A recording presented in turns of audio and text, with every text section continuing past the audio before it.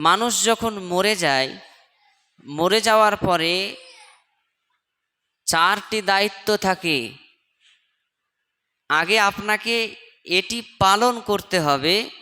পালন করার পরে আপনার সম্পত্তি, জমি জায়গা যা আছে সব কিছু বন্টন হবে। একজন ব্যক্তি যখন দুনিয়া ছেড়ে, এই দুনিয়ার জগৎ ছেড়ে উখরাবি জগতে চলে যাবে, তার লাশ দুনিয়াতে থাকুক আর না থাকুক, তার লাশ কবরে দাফন করেন আর মাছে গিলে নেই অথবা বাঘের পেটে থাকুক, যেখানেই থাকুক, যখন দুনিয়া ছেড়ে চলে গেছে, রূহটা যখন চলে গেছে আল্লাহর কাছে, ইনি এখন যে সম্পত্তিকে রেখে গিয়েছেন, এই সম্পত্তির নাম হচ্ছে মিরাস।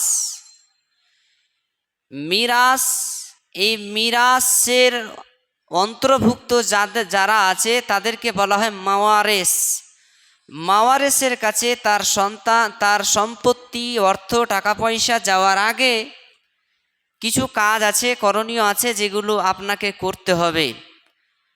তার 1 নম্বর হচ্ছে, মানুষ মরে গেলে কাফন দাফনের ব্যবস্থা মৃত্যু ব্যক্তির সম্পত্তি থেকে করতে হবে।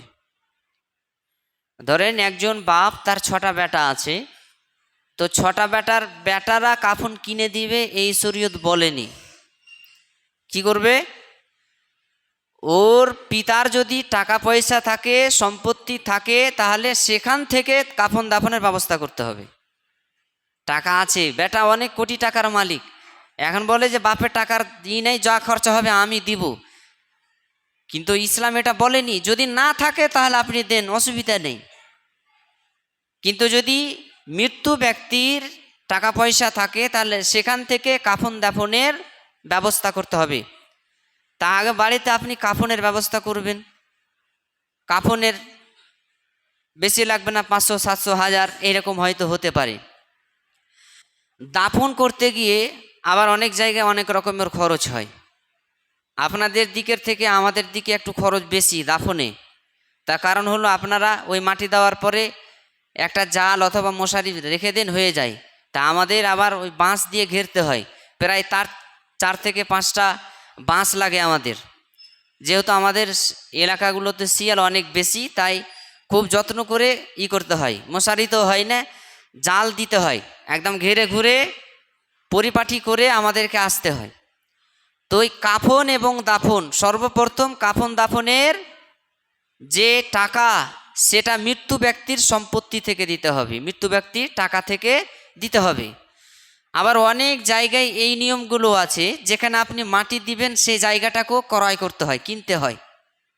মানে এই জায়গাতে আছে, আমাদের এই এলাকাতে জমি জায়গা বেশি, এই জন্য হয়তো আমাদের অসুবিধা হয় না। কিছু কিছু জায়গা আছে যেখানে জায়গা কিনে, যেখানে আপনি দাফন করবেন, ওই দাফনের জায়গাটাকে কিনতে হয়, কিনে আপনি মাটি দিতে পাবেন। তো এরকমভাবেও নিয়ম নীতি আছে। তো এই জন্য আপনাকে সর্বপ্রথম কাফন এবং দাফনের যা খরচ, সেই খরচটা মৃত্যু ব্যক্তির টাকা থেকে, অর্থ সম্পদ থেকে দিতে হবে। নাম্বার 2 নম্বর হচ্ছে, মৃত্যু ব্যক্তির যদি ঋণ থাকে, ঋণ, তাহলে সে ঋণটা পরিশোধ করতে হবে। সেটা হয় দোকান বাগানের, সেটা হয় মানুষের কাছে, সেটা হয় আপনার ব্যাংকিং ঋণ, আরও কিছু ঋণ, যা ঋণ আছে, ধার ঋণ যা কিছু আছে, যেখান থেকে আছে, এই মৃত্যু ব্যক্তি যে মরে গেছে তার সম্পত্তি থেকে এই ঋণটা পরিশোধ করতে হবে। যদি ব্যাংকে 1 লাখ টাকা থাকে, তা আপনাকে সেটা আগে পরিশোধ করতে হবে। একবারে 1 লাখ টাকা দিয়ে দেবেন, আপনাকে বলবে না যে আপনি যে মাসে মাসে কিস্তি করেন তো একবারে দিয়ে দেবেন কেন, ওদের আরও লাভ, আপনি একবারই দিবেন। তাহলে ঋণ যদি থাকে তাহলে সেটা পরিশোধ করতে হবে। কোনো ব্যক্তির কাছে যদি ঋণ থাকে সেটা করবেন, দোকান বাকারা যদি ঋণ করে থাকে তাহলে সেটা আগে পরিশোধ করবেন। ঋণ পরিশোধ হয়ে গেল। 3 নম্বর যেটা কর্তব্য, সেটা হচ্ছে, মৃত্যু ব্যক্তি যদি ওসিয়ত করে যায়, তাহলে ওসিয়ত করে গেলে ওসিয়ত পূরণ করতে হবে পরিত্যক্ত সম্পত্তি থেকে, অর্থ টাকা পয়সা থেকে। তো ওসিয়ত, আমাদের কাছে ওসিয়ত জিনিসটা সবার কাছে এই ভাষাটা যেহেতু আরবি ভাষা, ওসিয়তের আমরা অর্থটা বুঝি না। একজন মানুষ যখন মৃত্যুর সময়ে কোনো ছেলেকে অথবা আত্মীয় স্বজনকে, স্ত্রীকে, বাপকে, ভাইকে, যাই কি হোক, সে মৃত্যুর সময় যদি বলে যে এই আমি টাকা রেখে গেলাম, কি এই সম্পত্তি রেখে রেখে দিয়ে গেলাম, এই সম্পত্তি থেকে 2 কাঠা মসজিদের নামে অথবা মাদ্রাসার নামে অথবা অমুক ব্যক্তি অসহায়ের নামে এটা আমি মরে যাওয়ার পরে তোমরা দিয়ে দিবে, এটার নাম হলো ওসিয়ত। মরে যাওয়ার পরে যেটা দেওয়া হয় তার নাম ওসিয়ত, আর বেঁচে আছে যেটা দেওয়া হয় তার নাম সাদকা। কারণ আমি অসুস্থ শুয়ে আছি, আমি বললাম 2000 টাকা মাদ্রাসায় দিয়ে দিও, 1 কাঠা জমি মাদ্রাসায় দিয়ে দিও, এখনই তুমি দিয়ে এসো, তো এটার নাম ওসিয়ত নয়, এটা হলো সাদাকা। আমি যদি শুয়ে শুয়ে ইচ্ছা করি পূর্ণটাই দান করে দেব তাহলে করতে পারি, এটার নাম সাদাকা। যার উদাহরণ গত জুমাতে আপনাদেরকে দিয়েছিলাম আবু বাকারের এবং উমারের। তো ওসিয়তটা হবে কখন? মৃত্যু হয়ে যাওয়ার পরে যেটা আপনি দিবেন তার নাম হলো ওসিয়ত। এখন বাপ যদি বলে যায় যে এই জায়গাটা মসজিদে দিও তাহলে দিয়ে দিতে হবে, মাদ্রাসায় দিও তাহলে দিয়ে দিতে হবে, এই 2000 টাকা অমুক অসহায় লোকটাকে দিয়ে দিও, আমি মরে যাওয়ার পরে তাহলে দিয়ে দিতে হবে, এটা হলো ওসিয়ত। তাহলে যে ব্যক্তি বলে যাচ্ছেন তার মরার পরে যদি হয় তার নাম ওসিয়ত, আর উনি বেঁচে আছেন দিয়ে যদি করে তার নাম হলো সাদাকা। তাহলে আমরা অনেক সময়তে সাদকাটাকে ওসিয়ত মনে ভাবি আর ওসিয়তটাকে সাদকা মনে ভাবি। তাহলে বাপ যখন বলবে দিয়ে দিও তখন তাকে এটা জিজ্ঞাসা করা লাগবে যে আপনি কি বেঁচে থাকতে থাকতে দিয়ে দেবো না আপনি মরে যাওয়ার পরে দেবো, এটা আপনাকে জিজ্ঞাসা করতে হবে। যেহেতু বৃদ্ধ মানুষ, অসুস্থ মানুষ, সবসময় সবটা কথা কুলাই না, হয়তো ফুটিয়ে বলতে পারেনি, তাহলে আপনাকে জিজ্ঞেস করতে হবে, মানে যাকে বলবে তাকে জিজ্ঞেস করতে হবে যে তুমি বেঁচে থাকতে থাকতে দিব না তুমি মরে যাওয়ার পরে দিব। যদি মরে যাওয়ার পরে হয় তাহলে তার নাম ওসিয়ত। আগে ওসিয়ত আপনাকে পূরণ করে যেতে হবে। ওসিয়তের ব্যাপারে নিয়ম নীতি, ইসলামী নিয়ম নীতি যেটা আছে সেটা হলো এই যে ওসিয়ত যদি করে তাহলে 3 ভাগের 1 ভাগ ওসিয়ত করে যেতে পারবে। সম্পূর্ণ সম্পত্তি, সম্পূর্ণ টাকা, অর্থ এগুলো ওসিয়ত করে যেতে পারবে না। কিন্তু যদি নিজে ব্যক্তিকানা, নিজে মালিকানা হয়ে যদি কিছু করে তাহলে পূর্ণই দিতে পারবে। কিন্তু মৃত্যু হয়ে যাওয়ার পরে যদি করে এটা ওসিয়ত, তাহলে ওসিয়তের নিয়ম নীতি হচ্ছে 3 ভাগের 1 ভাগ পারবে। কেউ যদি 3 ভাগের 1 ভাগের থেকে একটু বেশি হয়ে যায় তাহলে এটা সীমা লঙ্ঘন করলো, সে ব্যক্তিটা সীমা লঙ্ঘন করলো।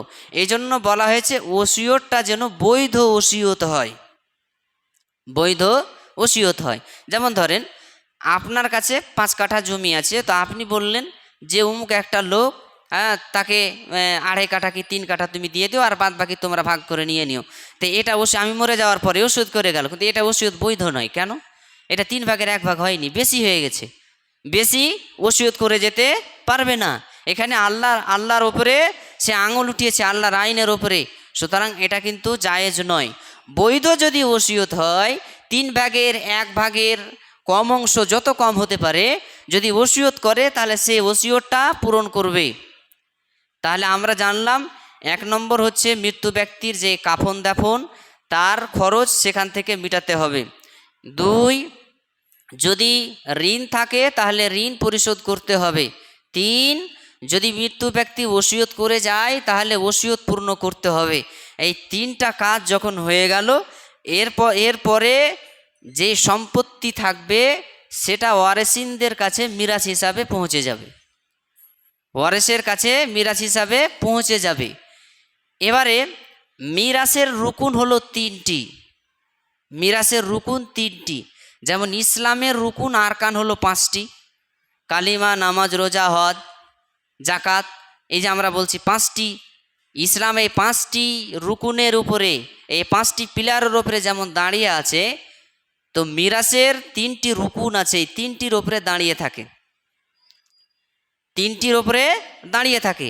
এই জন্য আপনাকে বলেছি যে মিরাসের হিসাব কিতাব খুব জটিল, এই জন্য সব জায়গায় আলোচনা করা হয় না, বিশেষ করে জালসা জুলুসে আলোচনা করা হয় না। তো এই 3টি রুকুন আপনাকে যখন আপনি এটা বন্টন করবেন 3টি রুকুনকে সামনে রেখে বন্টন করতে হবে। তার 1 নম্বর রুকুন হচ্ছে যে এই মিরাজ যে সম্পত্তি বাঁচলো সেটা আপনি বন্টন করবেন।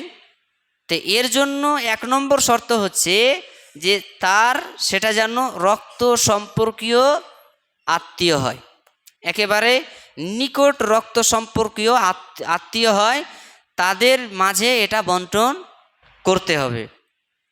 একটা উদাহরণ দিচ্ছি, ধরেন একটা লোক মরে যাওয়ার সময়ে 20,000 টাকা রেখে গিয়েছে। তো 20,000 টাকাতে তার কাফন দাফনে, ধরেন কোনো জায়গায়ও কিনতে হয়, তো কাফন দাফন করতে গিয়ে 5,000 টাকা চলে গেল। আর কোনো দোকানে হয়তো 5,000 টাকার ধার দেনা করে মারা গেছে, তাহলে 5,000 কাফন দাফনে দিলেন, 5,000 দোকানে দিয়ে দিলেন, আর বলে গেছে যে 2,000 টাকা আমার নামে মসজিদে দিয়ে দিও। তাহলে 2,000 টাকা ওসিয়ত করে গিয়েছিল, মরার পরে 2,000 টাকা দিয়ে দিলেন। তাহলে 5 আর 5 10 আর 2 12,000 টাকা চলে গেল। মৃত্যু ব্যক্তি যখন মরে তার কাছে টাকা ছিল 20,000 টাকা, 12,000 টাকা চলে গেল। এখন বাঁচলো কত? 8,000 টাকা। এই 8,000 টাকার ভাগ বন্টন হবে, 8,000 টাকার ভাগ বন্টন হবে। এবার ভাগ বন্টনের পদ্ধতি কি?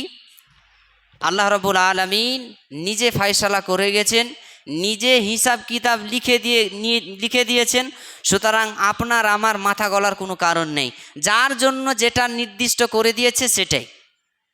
আর তারপরেও যদি আপনি আল্লাহর উপরে যদি কলম চালাতে চান সেটা আপনার ব্যাপার, হিসাব আল্লাহর সাথে হবে। আপনি যদি বলেন যে আল্লাহর সাথে যুদ্ধ পেরে যাব, তো করেন, অসুবিধা নেই। কিন্তু আল্লাহ যেটা দিয়ে গেছেন আপনাকে সেটা মেনে নেন, তাহলে আপনার উপকার, সমাজের উপকার, আপনার দুনিয়াতেও উপকার, আখিরাতেও উপকার। তাহলে এই জন্য আল্লাহ রাব্বুল আলামিন কোরআনে 3টি আয়াত অবতীর্ণ করেছে, সূরা নিসা 11, 12, 13 ধারাবাহিকভাবে। এই সূরাগুলি আলোচনা করার আগে আপনাদের প্রেক্ষাপটগুলো বলি। একজন সাহাবী, তার নাম হচ্ছে সাদ ইবনে রাবি। সাদ ইবনে রাবি, সেই সাহাবীর 2টি সন্তান ছিল। ওর বাপ যখন মারা যায় তার চাচা সমস্ত সম্পত্তি দখল করে নিয়েছিল তাদেরকে দিব না বলে। তখন সাদ ইবনে রাবির স্ত্রী একদিন আল্লাহ রাসূল সাল্লাল্লাহু আলাইহি ওয়াসাল্লামের কাছে গেলেন, যাওয়ার পরে বললেন যে এই 2টি সন্তান সাদের, যেই সাদ আপনার সাথে উহুদের যুদ্ধে অংশগ্রহণ করেছিল, শরীক হয়েছিল, এবং সেই উহুদের যুদ্ধে সাদ শহীদ হয়েছেন, সেই সাদের এই 2টি মেয়ে সন্তান ছিল, ছেলে ছিল না। তো এই 2টি মেয়ে সেই সাদের, ওর চাচা জোর জবরদস্তি করে তাদের যে সম্পত্তি সেটা ছিনিয়ে নিয়েছে। ওর চাচা বলছে যে তোরা কিছু পাবি না, সব দখল করে নিয়েছে। তো আপনি একটা ফয়সালা করুন, আপনার কাছে একটা ফয়সালার জন্য আমি এসেছি। তখন আল্লাহ রাসূল সাল্লাল্লাহু আলাইহি ওয়াসাল্লাম বললেন যে এই ফয়সালা স্বয়ং আল্লাহ সুবহানাহু ওয়া তাআলা করবেন, আল্লাহ করবেন। তখন আল্লাহ রাব্বুল আলামিন এই কোরআনের সূরা নিসার 11 নম্বর আয়াতটাকে নাজিল করেছিলেন। কি করেছিলেন? আল্লাহ তাআলা বলছেন, ইউসিকুমুল্লাহু ফি আওলাদিকুম। হে পৃথিবীবাসীরা তোমরা শুনো, ইউসিকুমুল্লাহু ফি আওলাদিকুম, আল্লাহ তাআলা ওসিয়ত করছেন, নির্দেশ দিচ্ছেন, আদেশ করছেন, ফি আওলাদিকুম, তোমাদের সন্তানদের ব্যাপারে। কি বলছেন? লিযযাকারে মিসলু হাযযিল উনসাইন, একজন ছেলের অংশ 2জন মেয়ের সমতুল্য। একজন ছেলের অংশ 2জন মেয়ের সমতুল্য। তারপরে বলছেন ওয়াইন কুন্না নিসাআন ফাওকা সনাতাইন, যদি 2 অথবা 2-এর অধিক মেয়ে হয় তাহলে কি হবে? ফালাহুন্না সুলুসা মা তারাক, তাহলে 3 ভাগের 2 ভাগ, 2/3 অংশ সে মহিলা পাবে। ওয়াইন কানাত ওয়াহিদাতান ফালাহুন্না নিসফ, আর যদি একজন মহিলা হয় তাহলে ফালাহুন্না নিসফ, সে অর্ধেকটা পেয়ে যাবে। যখন এই কোরআনের আয়াত নাজিল হলো তখন আল্লাহ রাসূল সাল্লাল্লাহু আলাইহি ওয়াসাল্লাম কি করলেন? ওই সাদের ভাইকে ডেকে পাঠালেন। যে সাদের ভাই তার ভাতিজিদের জমিকে দখল করে নিয়ে রেখেছিল তাকে ডেকে পাঠালেন। ডেকে পাঠার পরে বললেন আল্লাহ রাব্বুল আলামিনের ফয়সালা হলো এই যে 2 অথবা 2-এর অধিক যদি সন্তান হয়, মহিলা হয়, তাহলে 2/3 তাকে দিতে হবে। তাহলে 3 ভাগের 2 ভাগ তোমার ভাতিজিদেরকে দিয়ে দাও, আর ওই অংশ থেকে তোমার যেই ভাবি বেঁচে আছে তাকে 8 ভাগের 1 ভাগ দিয়ে দাও। একে দিয়ে দেওয়ার পরে যা বাঁচবে সেটা তোমার। এটা আল্লাহ রাসূল সাল্লাল্লাহু আলাইহি সাল্লাম কাকে বললেন? সাদের ভাইকে বলে দিলেন যে তুমি 3 ভাগের 2 ভাগ তোমার ভাতিজিরাকে দাও, আর 8 ভাগের 1 ভাগ তোমার ভাবিকে দিয়ে দাও, যা বাঁচলো সবগুলো তোমার। এবার আপনাকে আমি একটা একটা করে পরিষ্কার করে বুঝিয়ে বলছি। আল্লাহ বললেন কি? লিযযাকারে মিসলু হাযযাল উনসাইন, একটি ছেলে 2টি মেয়ের সমতুল্য অংশ পাবে। তাহলে মেয়ে যদি 1 কাঠা পায়, ছেলে 2 কাঠা পাবে। সহজ ভাষাতে এটা বুঝেন। মেয়ে যদি 1 শতক পায়, ছেলে 2 শতক পাবে। এখানে একটা জিনিস আছে, সেটা হচ্ছে ছেলে যদি একাই থাকে, ভাই বোন আর কেউ নাই, শুধু একাই, তাহলে ঝামেলা বাদ। বাপ মরে গেছে মানে বেটা সব হয়ে গেল। 2 জন থাকে তাহলে ভাইয়ে ভাইয়ে ভাগ করলো, আর কিছু নেই। কিন্তু যদি মেয়ে থাকে, ছেলে না থাকে, তাহলে কিন্তু ভাগ বাটারাটা জটিল। মানে কাউরির শুধুমাত্র মেয়ে আছে, ছেলে নেই, তাহলে কি করবে? আল্লাহ বললেন ওয়াইন কুন্না নিসাআন ফাওকাসনাতাইন ফালাহুন্না সুলুসা মা তারাক। যদি 2 অথবা 2-এর অধিক মহিলা হয়, অথবা যিনি মৃত্যুবরণ করেছেন তার যদি 2টি মেয়ে থাকে অথবা 2-এর অধিক হয়, তাহলে কি হবে? ফালাহুন্না সুলুসা মা তারাক। মৃত্যু ব্যক্তির পরিত্যক্ত যে সম্পত্তি, সেই সম্পত্তির 2/3 পেয়ে যাবে। 2/3 মানে 3 ভাগের 2 ভাগ পেয়ে যাবে। একটা উদাহরণ দিই। ধরেন যে ব্যক্তি মারা গেছে, সে সম্পত্তি রেখে গিয়েছিল 10%। 10% রেখে গিয়েছে, তার 2টি মেয়ে আছে অথবা 2-এর বেশি, 3, 5, 7, 10, 99 পর্যন্ত যা আছে। তো যদি 2 অথবা 2-এর বেশি হয়, তাহলে 2/3 ফালাহুন্না নিসফ ফালাহুন্না সুলুস মা তারাক, তাহলে 2/3 সে পাবে। তাহলে 10% যদি রেখে যায়, তাহলে 3 ভাগের 2 ভাগ পাবে। মানে হচ্ছে 10কে যদি 3 ভাগের 2 ভাগ করেন, তাহলে 3 দুগুনি 6, আর এদিকে আপনার 2 33 66, মানে 6.66% আপনার মহিলারা পেয়ে যাবে। 10%-র ভিতরে 6.66% আপনার মেয়ে দুটো পেয়ে যাবে। আর কে পাবে? আপনার যদি স্ত্রী থাকে, তাহলে স্ত্রী থাকতে গেলে 8 ভাগের 1 ভাগ পাবে। 8 ভাগের 1 ভাগ পাবে। স্ত্রীর হিসাবটা কেমন? স্ত্রীর হিসাবটা হচ্ছে, ধরেন স্বামী মারা গেল, স্ত্রী বেঁচে আছে। এখন স্বামীর যদি সন্তান সন্ততি থাকে, তাহলে স্ত্রী 8 ভাগের 1 ভাগ পাবে। আর স্বামীর যদি কোনো সন্তান সন্ততি না থাকে, তাহলে 4 ভাগের 1 ভাগ পাবে। আবারও বলছি, ধরেন একটা লোক মারা গেল, ধরেন আমি মারা গেলাম, আমার কোনো সন্তান সন্ততি নেই, আমার স্ত্রী আছে, তাহলে আমার স্ত্রী কত পাবে? যেহেতু সন্তান সন্ততি নেই, 4 ভাগের 1 ভাগ। আর আমার যদি সন্তান সন্ততি থাকে, সেটা আমার এখন যে স্ত্রী আছে তার পেটের হোক, অথবা আগের স্ত্রী যার পেটের হোক, যেমনই হোক, কিন্তু আমার সন্তান যদি হয়, তাহলে 8 ভাগের 1 ভাগ পাবে। তাহলে 8 ভাগের 1 ভাগ পাবে। তো যেহেতু 2টি সন্তান আপনার আছে, আপনার স্ত্রী বিদ্যমান বেঁচে আছে, তাহলে কি করবে? আপনার স্ত্রী 8 ভাগের 1 ভাগ পাবে। তাহলে 8 ভাগের 1 ভাগ যদি করেন, তাহলে 10%-র 8 ভাগের 1 ভাগ যদি করেন, তাহলে প্রায় 101 কাঠা মতো, 101 শতক জমি আপনার স্ত্রী পাচ্ছে। তাহলে 101 শতক জমি আপনার স্ত্রী, আর আপনার ছেলে, আপনার 2টি মেয়ে আছে, সেই মেয়ে কত পাবে? 6.66% পেয়ে গেল। তাহলে 7.5, 8 পেয়ে গেল। আর যেই 2 বাঁচলো, এটা কারা নিবে? এটা ওই ব্যক্তির বাপ নিবে, যিনি মরেছেন তার বাপ। বাপ যদি বেঁচে না থাকে, তাহলে ভাইয়েরাও যদি বেঁচে না থাকে, তাহলে তার ভাতিজারা। আবার বলছি, যে ব্যক্তি মারা গেছে, তার যদি 2টি সন্তান অথবা একাধিক থাকে, তাহলে নিয়ম হচ্ছে যে ওই মহিলারা 2/3 পেয়ে যাবে, ওর স্ত্রী 8/1 পেয়ে যাবে, যা অবশিষ্ট বাঁচবে সেই বাঁচা সম্পত্তি তার বাপ পাবে। বাপ যদি না থাকে তার ভাইয়েরা পাবে, তার ভাইয়েরা যদি না থাকে তাহলে তার ভাতিজারা পাবে। এভাবে চলে যাবে, রক্তের সম্পর্কের সাথে আস্তে আস্তে আস্তে আস্তে দূরীভূত হয়ে যাবে।